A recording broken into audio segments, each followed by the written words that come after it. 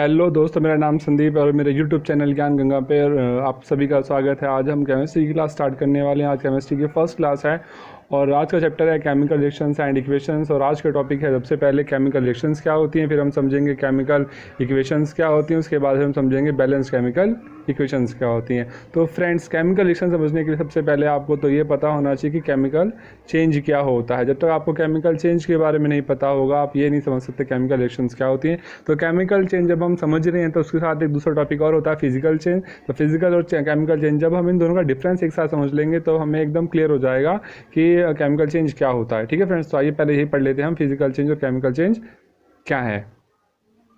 ठीक है फ्रेंड्स, सबसे पहले हम देखते हैं फिजिकल चेंज क्या होता है। Physical change is when matter changes from forms but not chemical identity. मतलब जब कोई भी सब्सटेंस है, कोई भी मैटर है, उसका फॉर्म चेंज हो जाए, जैसे कि उसकी स्टेट। जैसे हम बात करें, अगर आइस है, मान लीजिए आइस है और आइस चेंज हो गई, इसमें आइस मेल्ट होकर वाटर में चेंज हो रही है। तो अभी यहाँ पर क्या हो रहा है भाई, आइस वाटर में कन्वर्ट होगी, स्टेट तो चेंज हो गई ना उसकी।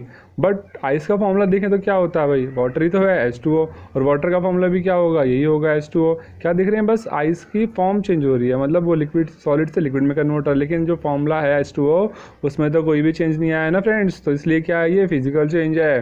फिजिकल चेंज में सिर्फ क्या होता है, फॉर्म चेंज होती है, लेकिन उसका जो केमिकल फॉर्मूला, उसकी जो केमिकल आइडेंटिटी है, उसमें कोई भी चेंज नहीं आता है। ठीक है फ्रेंड्स, अगर हम दूसरी तरफ बात करते हैं केमिकल चेंज की, तो केमिकल चेंज में क्या होता है फ्रेंड्स, यहाँ पर केमिकल चेंज में क्या होगा, सब्सटेंस क्या होगा, एक नए सब्सटेंस में जब कोई मैटर क्या होता है चेंज होकर एक नए या कन्वर्ट होकर एक नए सब्सटेंस में या नए मैटर में चेंज हो जाता है। जैसे कि मान लीजिए अगर मिल्क से कर्ड बना रहे हैं हम, ये मान लीजिए मिल्क है और मिल्क से क्या बन रहा है, कर्ड बन रहा है। ठीक है फ्रेंड्स, मिल्क से कर्ड बन रहा है, तो मिल्क से जब कर्ड बना तो कर्ड की जो प्रॉपर्टी होगी वो तो अलग होगी टोटली, और मिल्क की प्रॉपर्टी टोटली अलग होगी, डिफरेंट होगी। और साथ में कर्ड के जो पार्टिकल्स हैं, इनकी जो केमिकल आइडेंटिटी वो भी मिल्क के केमिकल आइडेंटिटी से टोटली डिफरेंट होगी, है ना फ्रेंड्स। तो इसलिए ये क्या है, यहाँ पर एक टाइप का क्या है, केमिकल चेंज है। केमिकल चेंज में हमेशा क्या, न्यू सब्सटेंस बनता है ना। मिल्क से कर्ड बन गया और कर्ड की जो आइडेंटिटी है, कर्ड के जो पार्टिकल्स है, इनकी आइडेंटिटी अलग है, और मिल्क के जो पार्टिकल्स है उनकी जो प्रॉपर्टीज़ होगी, उनकी जो आइडेंटिटी होगी वो अलग होगी। ठीक है, इसलिए इसे क्या बोलेंगे, हम केमिकल चेंज बोलेंगे। बात करते हैं सेकंड पॉइंट पे चलते हैं हम। एग्जाम्पल क्या है फिजिकल चेंज के, जैसे मैंने बताया फ्रीजिंग ऑफ वाटर, है ना, पानी का जब जमना, या फिर मेल्टिंग ऑफ वैक्स, ठीक है, या बॉइलिंग ऑफ वाटर, ये सभी क्या है, फिजिकल चेंज में आ जाएंगे। ठीक है फ्रेंड्स, और दूसरी तरफ बात करें अगर हम केमिकल चेंज में जैसे मैंने बताया, ये मिल्क कर्ड में चेंज हो रहा है, या फिर जब किसी सब्सटेंस को हम बर्न कर रहे हैं, या किसी चीज़ में जंग लगना, किसी लोहे में जंग लगना, ये क्या है, सारा केमिकल चेंज है। ठीक है, थर्ड पॉइंट पे बात करते हैं कि जो फिजिकल चेंज कैसा होता है, रिवर्सिबल होता है। कैसे रिवर्सिबल का मतलब ये है कि आइस से तो वाटर बन सकता है भाई, पता है आप सभी को, आइस मेल्ट होकर क्या बन जाता है, वाटर भी वो, है ना, आइस मेल्ट होकर क्या चेंज, किस में चेंज होती है, वाटर में चेंज हो जाती है आइस, है ना।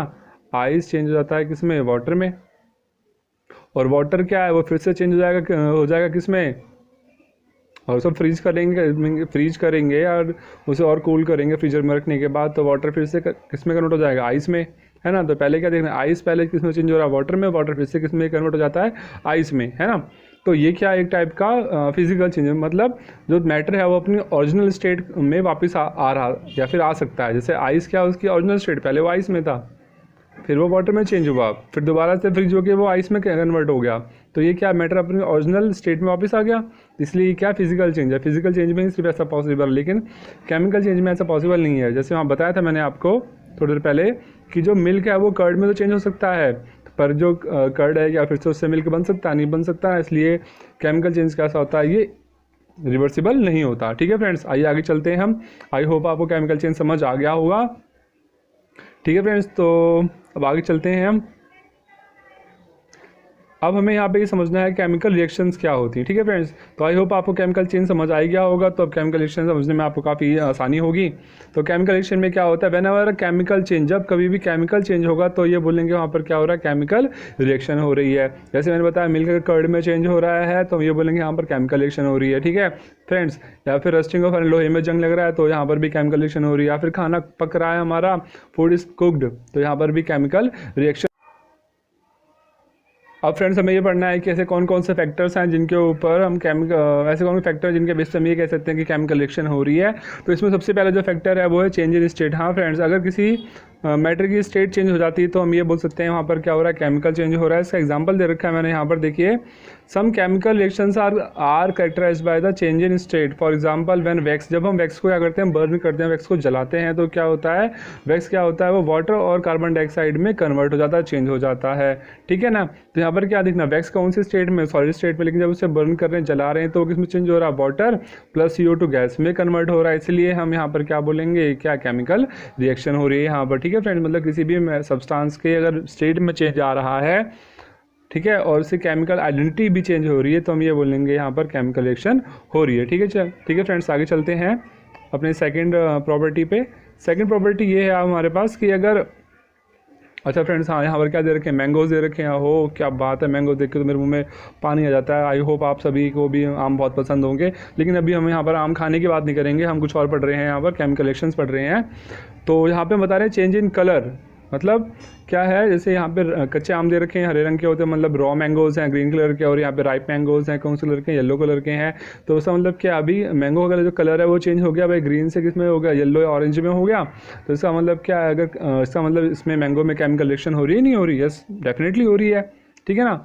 अब देखें, अगर हम जो हमारा रॉ मैंगो है और जो राइप मैंगो है, इन दोनों की जो केमिकल प्रॉपर्टीज, केमिकल आइडेंटिटी होंगी वो भी अलग अलग होंगी, है ना, ठीक है फ्रेंड्स। इसका मतलब ये किसी भी सब्सटेंस में अगर कलर में चेंज आता है तो हम ये बोल सकते हैं वहाँ पर केमिकल रिएक्शन हो रही है, ठीक है फ्रेंड्स। आगे चलते हैं, हमारा आगे है इवोल्यूशन ऑफ गैस। मतलब अगर कोई गैस प्रोड्यूस हो रही है, अगर किसी भी केमिकल रिएक्शन के अंदर कोई केमिकल चेंज हो रहा है और वहाँ पर गैस प्रोड्यूस हो रही है, तो हम ये बोलेंगे इसमें यहाँ पर केमिकल रिएक्शन हो रही है। जैसे कि हमने यहाँ पर एक फ्लास्क लिया है, और इस फ्लास्क में हमने क्या किया है, इस यहाँ पर हमने फ्लास्क में क्या भर दिया, इसमें हमने भर दिया है एसिड डाल दिया, इसके अंदर हमने फिल कर दिया, और इसके अंदर हमने छोटे छोटे जिंक के टुकड़े डाल दिए। तो देखते हैं हम यहाँ पर क्या होता है, यहाँ फ्यूम्स निकल रही कुछ, मतलब गैस, हाइड्रोजन गैस प्रोड्यूस हो रही है यहाँ पर, है ना। जब कभी भी हाइड्रोजन गैस प्रोड्यूस हो रही है या फिर कोई भी गैस प्रोड्यूस होती है, तो हम ये बोलेंगे यहाँ पर केमिकल रिएक्शन हो रही है, ठीक है फ्रेंड्स। और जो यहाँ पर गैस के जब प्रोड्यूस होती है, उसके साथ साथ क्या होता है, जब हम इस फ्लास्क को बाहर से छू के देखेंगे तो आपको ऐसा महसूस होगा कि काफ़ी ज़्यादा हीट हो गया है। क्या हो गया है, हीट हो गया है। हीट हो रहा है इन द सेंस, मतलब क्या है, इसका टेम्परेचर भी चेंज हो रहा है ना फ्रेंड्स। तो मतलब अगर किसी सब्सटेंस का अगर किसी मैटर का टेम्परेचर चेंज हो रहा है या उसमें से गैस इवॉल्व हो रही है, तो भी हम बोल सकते हैं कि वहाँ पर केमिकल रिएक्शन हो रही है, ठीक है फ्रेंड्स। आगे चलते हैं हम, नेक्स्ट हमारा लास्ट पॉइंट है, इसका फिफ्थ पॉइंट है फॉर्मेशन ऑफ न्यू सब्सटेंस। अगर कोई नया सब्सटेंस बनता है तब भी हम बोल सकते हैं वहाँ पर केमिकल रिएक्शन हो रही है। तो देखते हैं अगले पेज पे इसको। हाँ फ्रेंड्स, यहाँ पे लिखा गया magnesium of ribbon in air and collection of magnesium oxide in a watch glass, it Burns with a dazzling with white flame. मतलब जब हम मैग्नीशियम रिबन को क्या करते हैं, जब हम मैग्नीशियम रिबन को बर्न कर रहे हैं, जला रहे हैं, तब आपका जो मैग्नीशियम रिबन है क्या करता है, जब ये बर्न होता है, बर्न होने के बाद यहाँ पर आप देख रहे हैं ये आपके पास ये मैग्नीशियम रिबन जब इसको बर्न किया जा रहा है, जब इसका कंबशन किया जा रहा है, तो वाइट कलर के पाउडर में कन्वर्ट हो जा रहा है। इस वाइट कलर के पाउडर को बोलते हैं मैग्नीशियम ऑक्साइड कहते हैं, ठीक है फ्रेंड्स। एक बात हमेशा ध्यान रखिएगा, जब भी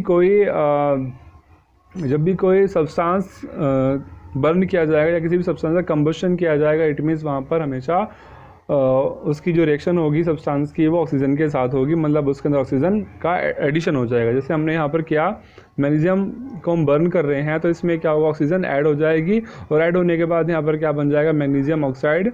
मतलब यहाँ पे जो वाइट कलर का जो हम पाउडर देख रहे हैं, जिसे हम ऐश बोल रहे हैं इंग्लिश में, राख, वो क्या है, मैग्नीशियम ऑक्साइड है। और जब मैग्नीशियम को बर्न किया जाता है तो इससे क्या निकलती है, डेजलिंग फ्लेम, मतलब काफ़ी वाइट कलर की लाइट निकलती काफ़ी तेज़ी से, ठीक है फ्रेंड्स। आई होप आपको केमिकल रिएक्शंस तो समझ आ ही गई होंगी।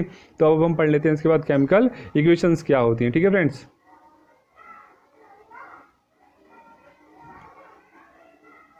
तो फ्रेंड्स, केमिकल इक्वेशन समझने के लिए सबसे पहले तो आपको ये ध्यान देना चाहिए, जो केमिकल रिएक्शंस होती हैं, केमिकल रिएक्शंस को लिखने का जो तरीका होता है, या फिर जिस सिंबॉलिक रिप्रेजेंटेशन से हम या फिर जिस सिंबल से हम केमिकल रिएक्शंस को रिप्रेजेंट करते हैं, उन्हीं को हम केमिकल इक्वेशन बोलते हैं। कहने का मतलब ये है कि जो भी केमिकल रिएक्शन हो रही है उसको हम जिस सिंबल से, जिस तरीके से रिप्रेजेंट कर रहे हैं, जो सिंबॉलिक रिप्रेजेंटेशन है किसी भी केमिकल रिएक्शन का, उसको हम बोलेंगे केमिकल इक्वेशन बोलेंगे। जैसे हमने ऊपर देखा अभी मैग्नीशियम जब हम बर्न कर रहे थे तो वहाँ पर मैग्नीशियम ऑक्साइड बन रहा था। तो मैग्नीशियम क्या है, मेटल है, ऑक्सीजन क्या नॉन मेटल, जब इन दोनों की आपस में रिएक्शन हो रही है तो क्या बन रहा है, मैग्नीशियम ऑक्साइड बन रहा है। तो इसे हम लिखेंगे कैसे, इस पर इसको लिखने का जो तरीका है इसको हम ऐसे लिखेंगे, मैग्नीशियम प्लस ऑक्सीजन। भाई जिन चीज़ों के बीच में रिएक्शन हो रही है उनको हम लिखेंगे लेफ्ट साइड में और बीच में लगाएंगे प्लस का साइन, और उन दोनों के मिलने से जो नया सब्सटेंस बन रहा है जो मतलब उसे लिखेंगे राइट साइड में, इसको बोलेंगे प्रोडक्ट, और लेफ्ट साइड वाले जो मटेरियल्स हैं जो एलिमेंट्स इनको हम बोलेंगे क्या, रिएक्टेंट बोलेंगे। ठीक है फ्रेंड, तो ये जो लिखने का तरीका है, इस केमिकल रिएक्शन को हमने इस तरीके से लिखा है यहाँ पर, इस तरीके से सिंबॉलिक रिप्रेजेंटेशन किया है, तो इसे हम बोलते हैं केमिकल इक्वेशन बोलते हैं। ठीक है फ्रेंड्स, इसके बाद हम आगे पढ़ लेते हैं बैलेंस्ड केमिकल इक्वेशन क्या होती हैं। So friends, balance chemical equation बहुत ईजी है। इसमें क्या होता है कि राइट साइड पे और लेफ्ट साइड पे, मतलब जो केमिकल इक्वेशन है उसमें राइट और लेफ्ट दोनों साइड पे क्या होना चाहिए, जो एलिमेंट्स के नंबर ऑफ एटम्स हैं वो सेम होने चाहिए। अगर ऐसा है तो हम बोलेंगे वो केमिकल इक्वेशन कैसी, बैलेंस है। जैसे यहाँ पर हम फर्स्ट इक्वेशन को देखें, कलर चेंज कर लेते हैं इसका मार्कर का।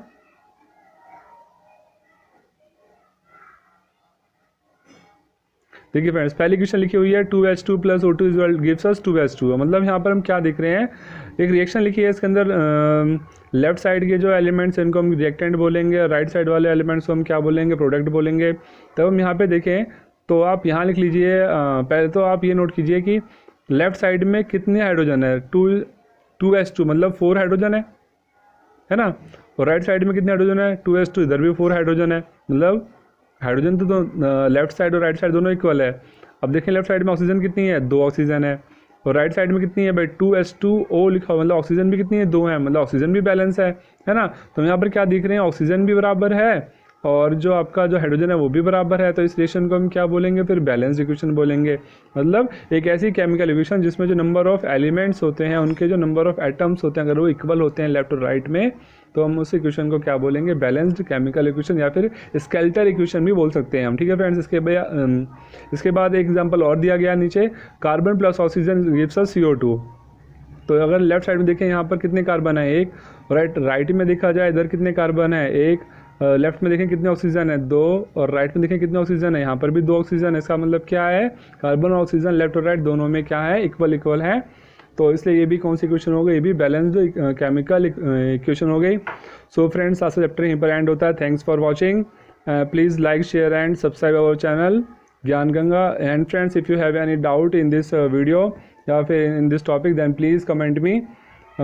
ठीक है फ्रेंड्स, मिलते हैं फिर नेक्स्ट